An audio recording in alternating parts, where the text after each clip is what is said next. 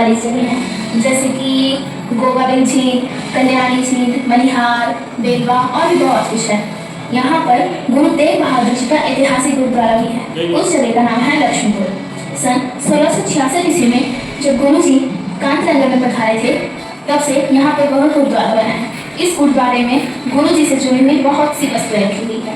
लक्ष्मीपुर के बाकुल्य गांव में प्रतिवर्ष गुरु तेग बहादुर जी का शहीद दिवस मनाया जाता है।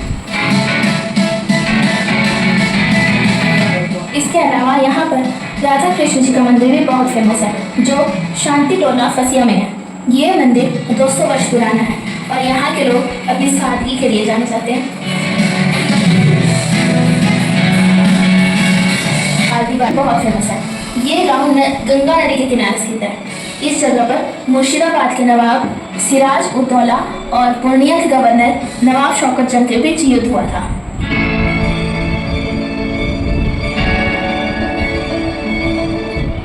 इसके साथ ही कटिहार के बेलवा गांव का बसंत पंचमी का मेला भी बहुत प्रसिद्ध है। ये गांव एक छोटा सा गांव है। साथ ही यहाँ पे सरस्वती जी की बहुत सी प्राचीन समय की मूर्तियाँ हैं, जिसकी वजह से सरस्वती मंदिर में हर साल बसंत पंचमी का मेला लगता है, जो बेलवा का बहुत ही प्रसिद्ध मेला है। यहाँ पे बहुत सी प्राचीन समय की इमारतें भी हैं। इसके साथ ही यहाँ पे गंगा नदी के किनारे शिव मंदिर है।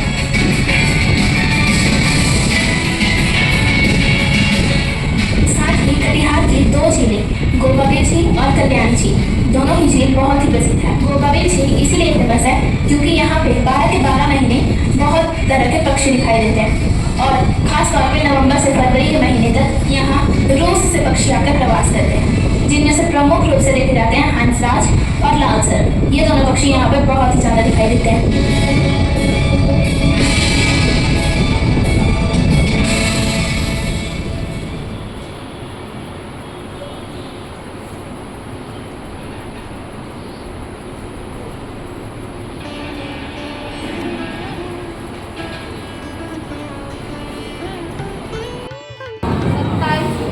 है ना, जो डर सकते थे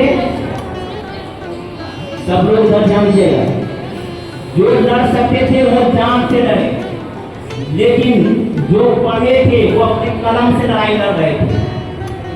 शायरी शायरी के माध्यम से, गाना के माध्यम से, डांस के माध्यम से, नाटक के माध्यम से देश को जगाने का प्रयास किया। मैथिली है, मगही है, भारत में मुख्य रूप से बोली जाती है। बिहार में मुख्य रूप से बोली जाती है भोजपुरी, मैथिली, मगही। ये 3 भाषा प्रख्यात है। बाकी बोली बहुत ज़्यादा है ना, बोली बहुत है। कहता है कि घाट घाट में बदले पानी, 3 कोस में बदले पानी। आप लोगों ने नाम सुना होगा महात्मा बुद्ध का? ये भी बिहार में ही कहते थे। कहाँ जन्म हुआ इनका? नेपाल के पास लुम्बिनी गांव में। इनका जन्म 563 ईसा पूर्व में हुआ था। इनके पिता का नाम राजा से सुद्धोधन था। इनकी मां का नाम महामाया था। जो इनके जन्म के तुरंत बाद ही उनकी मृत्यु हो गई। तो उनको जब लालन पालन किसने किया? उनकी मासी माँ ने किया, गौतमी, जिस वजह से उनका नाम जो क्या किया जाता है, गौतमी पुत्र के नाम से भी जाना जाता है। महात्मा बुद्ध जो है सांसारिक जीवन व्यतीत करते हुए 29 वर्ष की अवस्था में अपने सांसारिक सुखों को छोड़कर गरीब ज्ञान की माया से दूर होकर वो ज्ञान को पाने के लिए कहाँ चले गए? वन में घूमते रहे। उसके बाद वो 35 वर्ष की अवस्था में निरंजना नदी के किनारे बैठकर बोधि वृक्ष के नीचे ज्ञान अर्जित किए। उसके बाद वो क्या कहलाए? तब महात्मा बुद्ध कहलाए। आज भी हम उन्हें भारतीय दर्शन में महात्मा बुद्ध के रूप में उनके विचारों और उपदेशों को पढ़ते हैं, जानते हैं और अपने जीवन में उन्हें उतारते हैं। Thank you. एक फिल्म है पूरब पश्चिम, जो अभिनेता मनोज कुमार के द्वारा डायरेक्ट की गई थी या अभिनय किया गया था।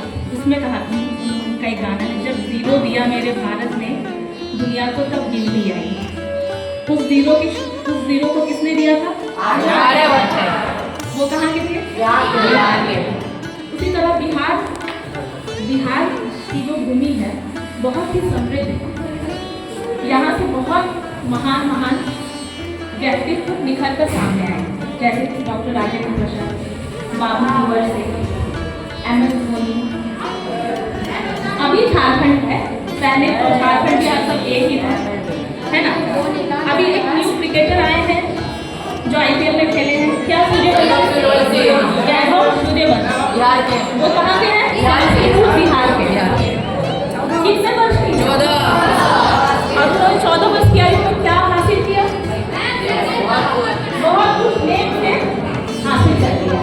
इस तरह आप लोगों को भी आगे बढ़ना है और कुछ करना है अपने देश के लिए, अपने राज्य के लिए, अपने परिवार के लिए, है ना।